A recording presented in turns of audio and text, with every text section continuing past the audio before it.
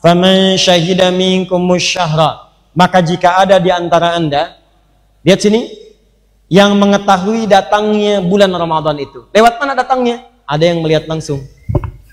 Tut, nampak tandanya. Lihat, kelihatan, hilalnya nampak. Mana hilalnya? Mana hilalnya? Kok nggak kelihatan? Itu tuh yang lagi tidur, security tidur namanya hilal gitu kan. Bukan yang itu, tapi yang di atas sana. Begitu melihat sesuatu tampak kemudian diamati awal hilal Ramadan, nanti saya terangkan apa itu hilal. Begitu sudah kelihatan, maka penglihatan secara langsung itu nampak disebut dengan ru'yah namanya. Maka muncul istilah ru'yatul hilal. Awas, ada ru'yah itu beda. Kalau ru'yah melihat dalam mimpi. Ru'yah melihat dalam mimpi. Ru'yah kelihatan langsung bendanya.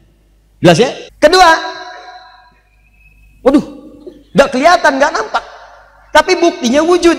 Ada buktinya. Dari perhitungan, dari fenomena alam, dari pergantian, dari gerakan-gerakan bumi, perhitungannya sudah lain, fenomena alamnya sudah berubah dan seterusnya. Maka ini dirubah kalimat jadi ru'yat menjadi qaddara yuqaddiru takdiran atau hasiba yahsabu hisaban. Dikenal dengan nama takdiriyah atau hisabiyah, hisab. Lita'lamu adadas sinina wal hisab. Maka dari sini ada dua pendekatan yang dikenalkan oleh para ulama untuk mengetahui awal tibanya Ramadan. Yang pertama melihat langsung disebut dengan ru'yat, yang kedua melalui perhitungan penetapannya disebut dengan hisab. Dua-duanya tak terpisahkan. Untuk menghisab butuh data ru'yat, untuk meru'yat butuh data hisab. Dari mana taunya untuk meru'yat butuh data hisab dan untuk menghisab butuh data ru'yat? Ini yang nanti coba saya terjemahkan dengan cara yang sangat mudah. Selebihnya tanyakan pada pakar-pakarnya, saya menerangkan secara apa yang mungkin mudah untuk kita pahami. Sekarang lihat baik-baik. Satu. Ya apa? Ini apa? Ini apa? Hah? Dianggap bulan. Apa ini? Bukan, anggap bulan. Ini apa? Anggap saja bumi. Bumi berotasi, ya kan? Ini planet. Dari bumi ada bulan, kemudian ini matahari, semua benda-benda kemudian mengelilingi matahari, dan matahari juga kemudian berputar di porosnya masing-masing. Terus di galaksi kenal dengan Bima Sakti. Ya, sekarang sudah ada pembahasan sampai ke black hole. Sekarang sudah ada di beberapa benua dengan menggunakan pendekatan 8 teleskop itu bisa meneropong untuk mengamati sampai ke black hole, lubang hitam. Nanti ada kajian lebih dalam lagi, kita tidak masuk ke dalamnya, mungkin di episode yang berbeda ya. Lihat sini, ini kan rotasi bumi menentukan siang malam kan, dan dia berputar kan. Baik, bulan juga berputar, terus mengelilingi matahari, terjadi perputaran-perputaran. Secara cepat, setiap berputar tanggal 1 awal bulan, sampai dengan ke tanggal 29, maka setiap tanggal 29, hikmahnya, di bulan Hijriah, bukan Masehi. Setiap tanggal 29 di bulan Hijriah, itu posisi matahari, bulan dan bumi akan sejajar. Posisinya sejajar, satu garis yang sama. Kumpul. Ya. Jadi kalau misalnya dari awal kelihatan sabit, pertengahan jadi kelihatan bulat kan? Beredar lagi terus. Jadi gampang orang Arab dulu kalau pengen lihat bulan, oh tengah-tengah nih. Kalau sudah tengah-tengah berarti kelihatan bulat.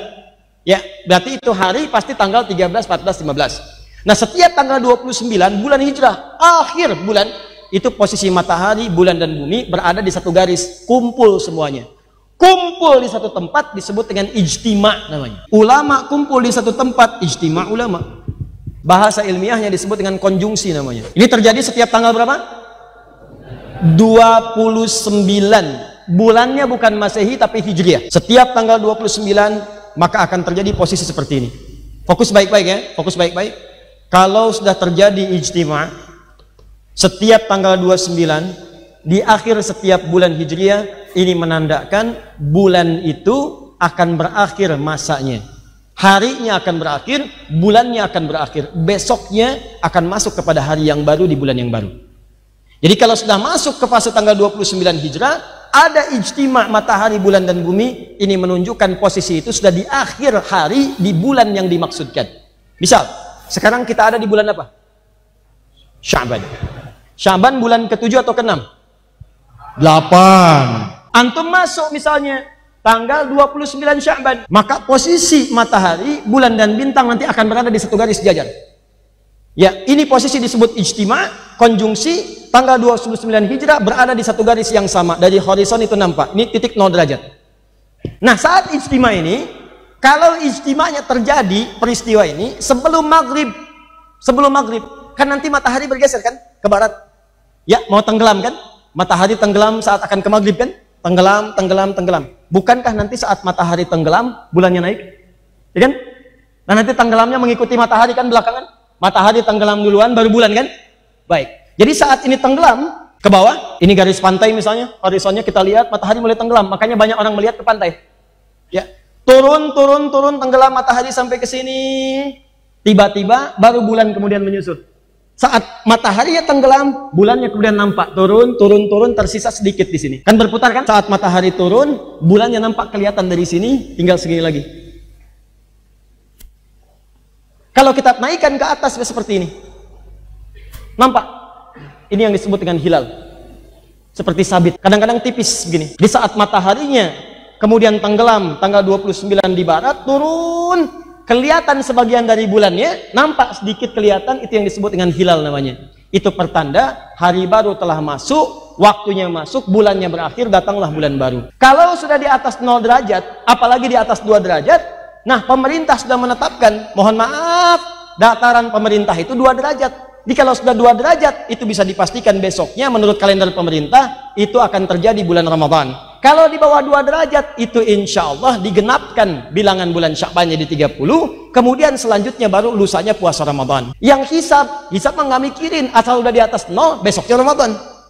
Karena yang hisab prinsipnya di atas 0, yang penting di atas 0, mau 1 derajat, mau 2 derajat, mau 3 derajat, yang penting di atas 1, sudah pindah waktu. Apa prinsipnya? Prinsipnya pindah. Contoh, nih, Anda bisa paham kenapa banyak orang berselisih. Ini jam. Ini jam 12.00. Paham? Ini jam 6. Di sini ada jam misalnya 3, di sini jam 9. Lihat sini. Ini jarum jam yang pendek, ini yang panjang. Tengah malam jam 00, jam menunjukkan jam 00 lewat 1 detik. Pertanyaan saya, sudah pindah waktu belum? Kalau sekarang misalnya hari Kamis, tengah malam 00 lewat 1 detik, berarti sudah pindah waktu hari apa? Jumat. Saya nggak bicara maghrib dulu ya, saya bicara jam 00.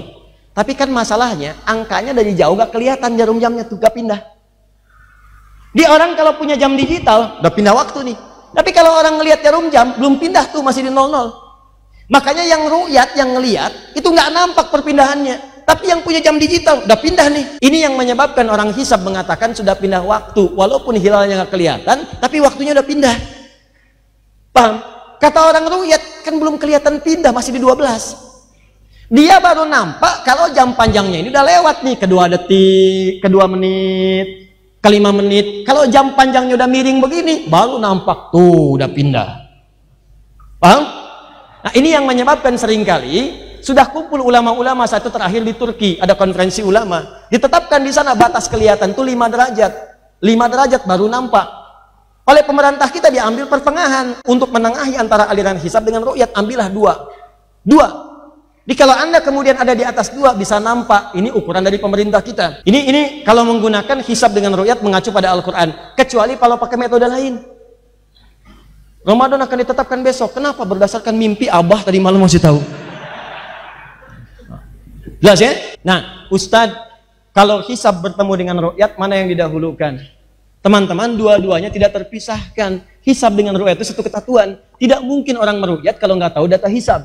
Dan tidak mungkin orang menghisab kalau tidak pernah mengeluarkan data ru'yat. Jadi jangan saling mencela. Kalau ada yang pakai hisab seperti di Eropa untuk memudahkan, silahkan. Kalau ada yang pakai ru'yat, nggak ada masalah. Jangan saling mencela. Paham ya? Awas, hati-hati. Karena nanti ada aliran yang ru'yat saja, ada yang hisab saja. Ini aliran juga menurut saya perlu dipertemukan dengan baik. Ya, awas, hati-hati. Ada yang tidak menerima hisab sama sekali. Saya pengennya ru'yat saja. Nah, kalau begitu Anda harus konsisten. Apa konsistensinya? Dalam waktu sholat pun Anda terapkan ru'yat. Karena hadis sholat itu sama persis substansinya dengan hadis-hadis tentang ru'yat puasa.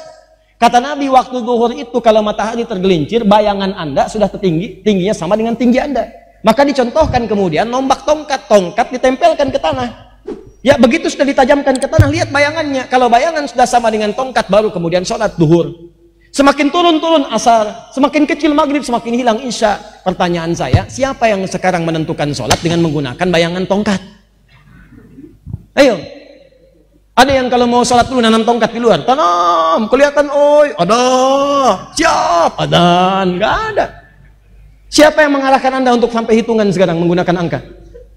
Sekarang kan pertanyaannya bukan berapa bayangannya, jam berapa sekarang? Apakah sudah zuhur? Apakah sudah isya? Silahkan tanya. Kan sekarang patokannya orang melihat subuh bukan keluar melihat fajar kan? Tapi melihat apa? Melihat angka jam. Sudah masuk belum? Itu hisab namanya. Kalau sholat aja yang tiap hari Anda menggunakan hisab, kenapa saat Ramadan Anda ribut-ribut? Itu dalil yang hisab. Ru'yat gak ada masalah. Kalau pengen lihat silakan langsung lihat. Lihat, kelihatan, laksanakan. Tak nampak, ingin genapkan, silakan genapkan bilangan Sya'ban jadi 30 hari. Atau Ramadan nanti jadi 30 hari. Paham? Jangan ada keributan-keributan. Semua ru'yat benar, hisab benar. Yang salah, yang tidak puasa. Ya, paham?